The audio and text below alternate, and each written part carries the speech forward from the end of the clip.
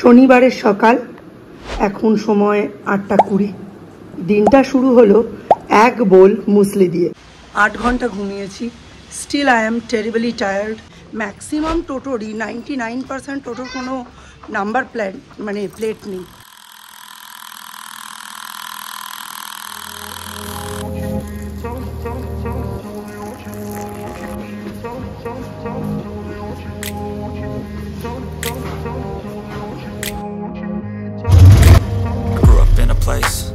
Told you what to chase, told you how to run the race.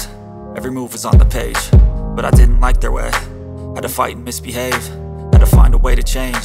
Welcome back to Jinia Vlogs. Jinia Vlogs এর নতুন একটা ব্লগে তোমাদের সকলকে অনেক অনেক ওয়েলকাম। এখন বাজে 9টা, আর এখন থেকেই একটা নতুন ব্লগ আরম্ভ করছি। আজকে আমি যে ব্লগটা আরম্ভ করছি, I am terribly tired, terribly exhausted. ঘুম কম হয়েছে তা কিন্তু নয়। রাত্রি 12টার মধ্যে আমি ঘুমিয়ে পড়েছি, উঠেছি সকালবেলা 8টায়। 8 ঘন্টা ঘুমিয়েছি। Still I am terribly tired. আমার মনে হচ্ছে না আমি 20 আওয়ারের ফাস্টিংটা করতে পারবো। কাল রাতে প্রচণ্ড খিদে পেয়েছিল। কাল রাতে আমি খেয়ে নিয়েছি, আর আজকে এখনও অবধি সেরকম কিছু খাইনি। বাট একটা পলাশদার সাথে কথা বলে একটা মিউচুয়াল পজিশনে আসতে হবে, যেখানে 12র বেশি 20র কম একটা জায়গায় আমায় সেটেল করতে হবে। কারণ আমার খাওয়াটা শেষ হয়ে যাচ্ছে উইদিন 4 PM, আর পরের দিনের খাওয়া হচ্ছে 2 PM। ঠিক আছে, তো খুব প্রবলেম হয়ে যাচ্ছে। কারণ 5টার সময় যখন এক্সারসাইজ করে আমি বাড়ি ফিরি, সাংঘাতিক খিদে পায়। তখন না ভুলভাল খাওয়া হয়ে যাওয়ার চান্স খুব বেশি বেড়ে যায়। তো ওটা নিয়ে একটু কনভারসেশনে আসতে হবে। আর আমার যেন মনে হচ্ছে এর সাথে একটা মর্নিং ওয়াক অ্যাড করলে ভালো।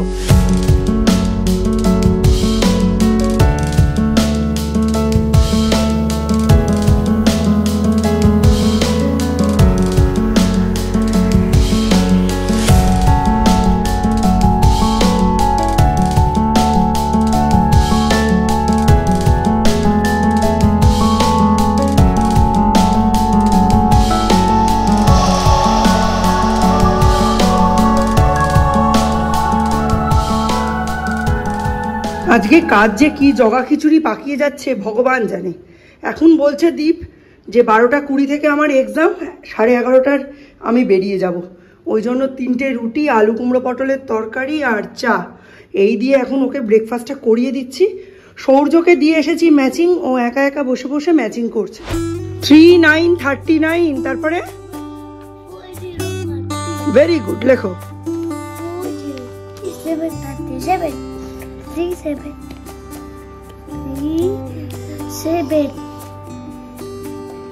তারপরে কি আছে? 5454। তারপরে কি হয়?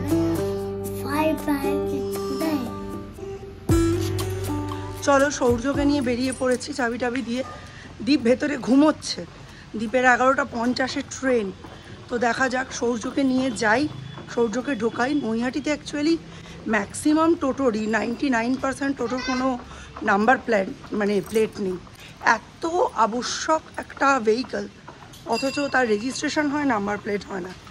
যাই হোক, টোটোর যে দৌরাত্ম্য সে তো বললামই, প্রচণ্ড টোটোর দৌরাত্ম্য বেড়েছে। আর শুধু তাই নয়, প্রচুর অ্যাক্সিডেন্ট। আমাদের পাড়ায় 4টে অ্যাক্সিডেন্ট হয়েছে টোটোতে। আর রাস্তাঘাটে বাকিদের সাথে কথা বললে তারাও এরকম 3-4টে এক্সপিরিয়েন্স করেছে। আমার এক বন্ধুত্ব পুরো হাত ফুলে ঢোল হয়ে রয়েছে। মানে আর কিছু বলার নেই, টোটোর ভেতরে কোনো ভিডিও করবো না।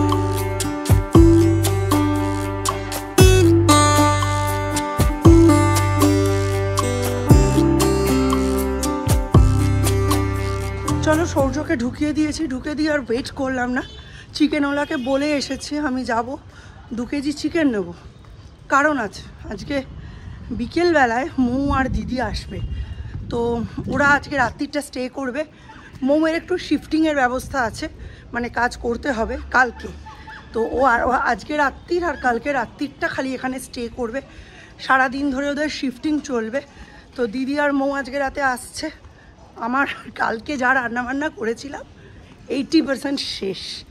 আর একটু পরে সৌম্য বেরোবে। সৌমত টিফিন খেয়ে নিয়েছে দেখলেই, খালি যেটুকু নিয়ে যাবে সেটা আমার ব্যবস্থা করতে হবে।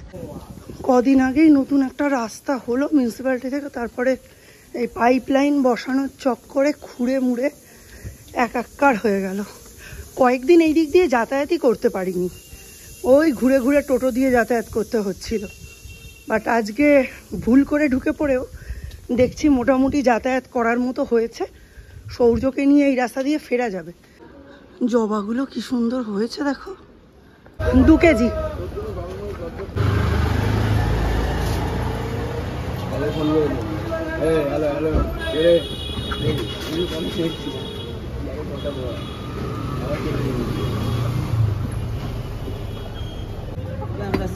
ভালো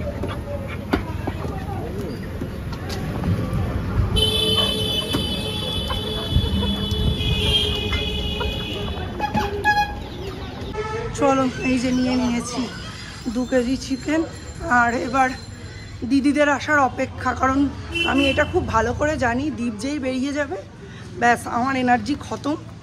আমি সৌর্যকে নিয়ে এসে সৌর্য পিসির বাড়ি চলে যাবে স্নান করে, ফোন টোন নিয়ে, আজকে ওর পড়ার ছুটি, তো তারপরে আমি পুরো বডি ফেলবো।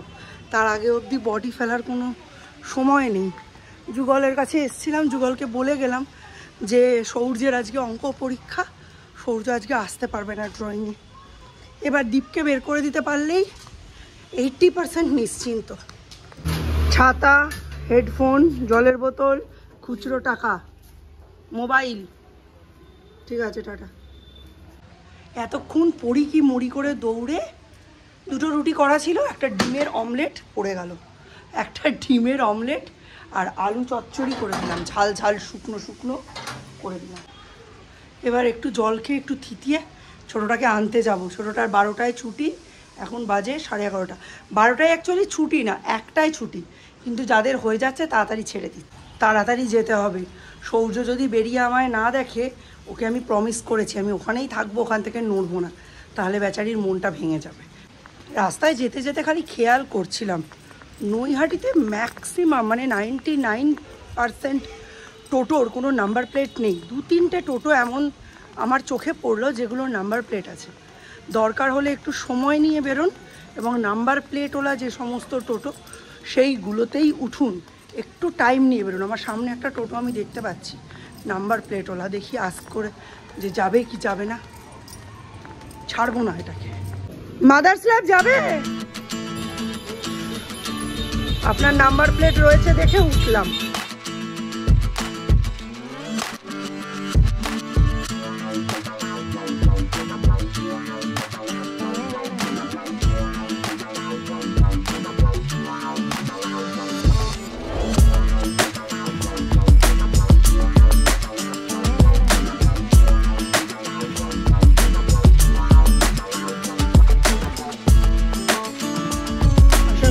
এতক্ষণে কোয়েশ্চেন পেপার দিয়ে দিয়েছে বাইরে।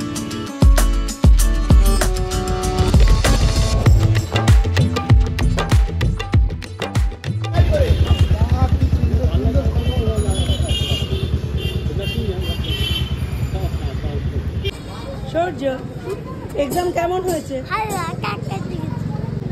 আর হাতে এটা কি ফুল? কদম ফুল।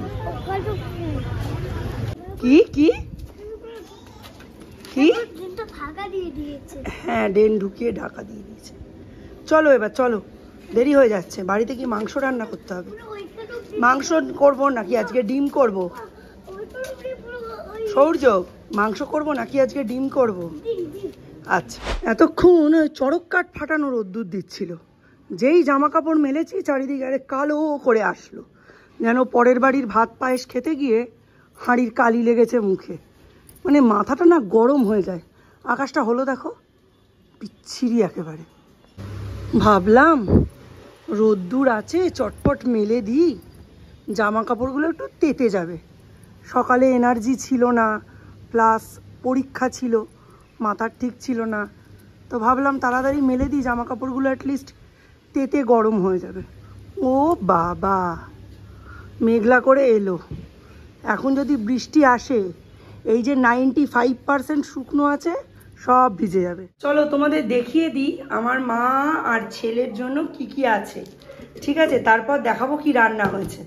এই যে এইটুকুনি মোচা আর একটু পুঁই শাকের চচ্চড়ি আছে ইলিশ মাছের মাথা দিয়ে। কাল সকালে করা ডাল এইটুকু আছে। আর মিস্টার বিশ্বাস আর সৌম্য নিয়ে যাওয়ার পর এইটুকু পটল কুমড়োর তরকারি বেঁচেছে। এই দিয়েই আপাতত আমাদের হয়ে যাবে।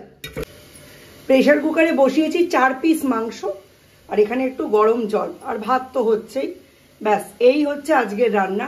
এটা দিয়েই আমাদের দুপুরবেলা হয়ে যাবে, মা আর ছোট ছেলের। রাত্রিরের কথাটা রাত্রিরে দেখা যাবে, আমার একদম এনার্জি বাকি নেই। কালকে যেহেতু সরস্বতী আসবে না, আমি আর হাঁড়ি করিনি।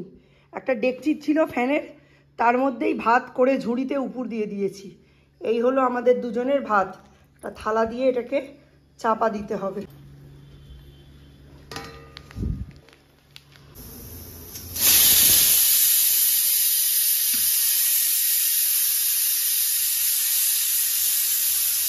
এই যে সূর্য, আজকে কি পড়ার ছুটি নাকি?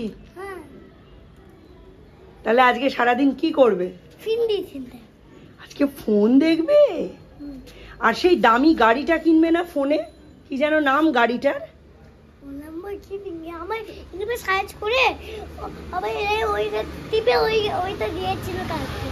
আমার ছেলে ল্যাম্বরগিনি কিনবে, তাহলে তার পড়াশোনা শেখার দরকারই নেই।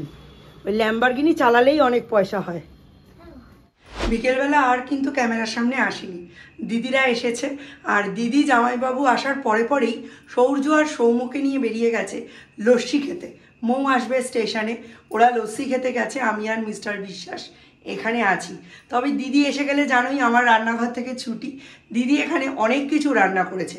অ্যাকচুয়ালি দিদিদের আজকে আসাটা একেবারেই সাডেন, কোনো কিছু ঠিক ছিল না। দিদি তাই কাঁচা মাছ, গাটি কচু, আলু, তারপর চিংড়ি মাছ সব নিয়ে চলে এসেছিলো।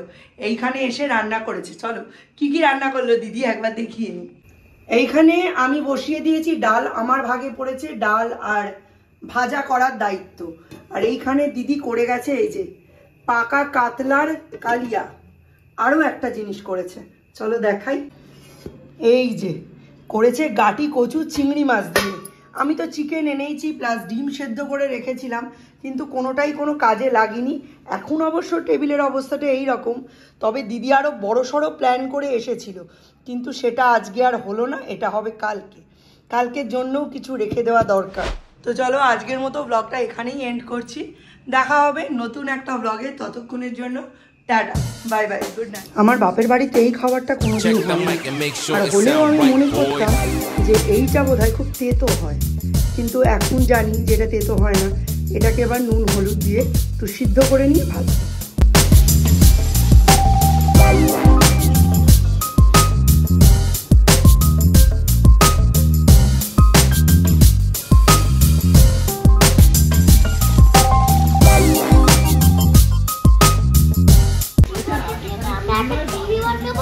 आपका बेदम